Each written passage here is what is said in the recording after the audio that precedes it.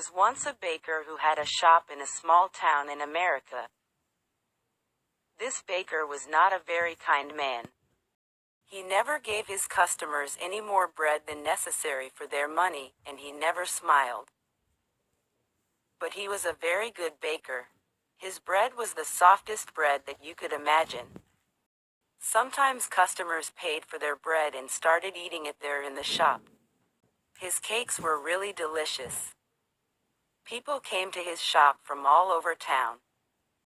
When they walked down the street, they smelled the baker's wonderful bread and his delicious cakes, and they walked right into his shop. But not everyone came inside.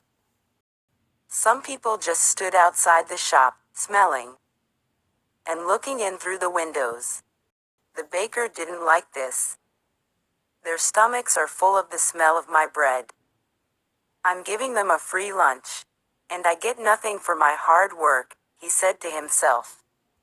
Perhaps there's some way to put those delicious smell in bottles. Then I can sell them, just like I sell my bread. One winter morning, very early, the baker was in his shop, making bread. He wasn't singing happily while he worked. He was complaining to himself about getting up early, about the cold weather, and about anything that came into his head. In the middle of all this, he looked up and saw someone looking in through the window. It was a young man wearing an old coat. He was looking at the baker's bread and he was hungry. He was smelling the fresh bread and smiling. When the baker saw him, he felt very angry. That thief outside my shop has a stomach full of the smell of my bread. It's a free breakfast. I get nothing for my hard work, while he steals my smells. The man didn't move, he just stood there, closed his eyes, and smelt the fresh bread happily. The baker was really angry now. He walked across the shop, opened the door and shouted at the man, "Pay me." "Pay you for what?" asked the young man in great surprise. "For the smells that you've stolen," replied the baker. "But I've stolen nothing. I'm only smelling the air." "Air is free," said the hungry young man. "It's not free when it's full of the smells from my shop," replied the baker. "Pay me now, or I'll call the police." When the young man didn't pay, the baker took him by the coat and pulled him through the snow to the judge's house. He knocked on the door. After a long time, the judge opened the door in his night clothes.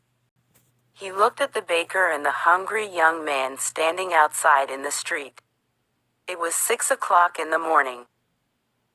What could be so important so early in the day? "This man is a thief. He stole the smells from my shop," said the baker. The judge was surprised, but all he said was, "Come in and tell me your story. But first give me time to dress myself." He went back into the house. After a few minutes he came back, and he took them inside. They all sat down together round a large table. "All right, tell me everything." "Baker, you start," said the judge. He listened quietly. First the baker told him all about the hungry man who stole all his smells. The judge went on listening.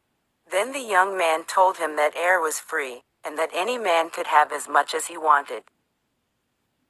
Plus tens. When they finished telling their stories, the judge was silent for a few minutes. The baker started telling him again of how the other man took all his smells without paying. "Stop, be quiet, I've decided what we'll do," said the judge. "Young man, do you have any money?" The young man put his hand in his pocket and took out a few coins. He showed them to the judge and said, "Sir, this is all the money that I have in the world." "Give those coins to me," said the judge. The young man put them into the judge's hand. "I've listened carefully to both your stories," began the judge. "It's true that the smells were coming out of the baker's shop. And these smells belong to the baker. And it's also true that this young man took those smells without paying for them. And so I say that the young man has to pay the baker for the smells that he took." The baker smiled, perhaps for the very first time in his life. He held out his hand at once for the money. But the judge didn't give him the OS coins. "Baker, listen and listen carefully," he said. He shook the coins in his hands and they clinked together.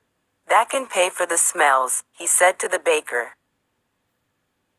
"Give me my coins, sir," said the baker, not smiling anymore. "No," said the judge. "I've decided that the sound of money is the best way to pay for the smell of bread." And with that, he gave the coins back to the poor young man and told him to go home.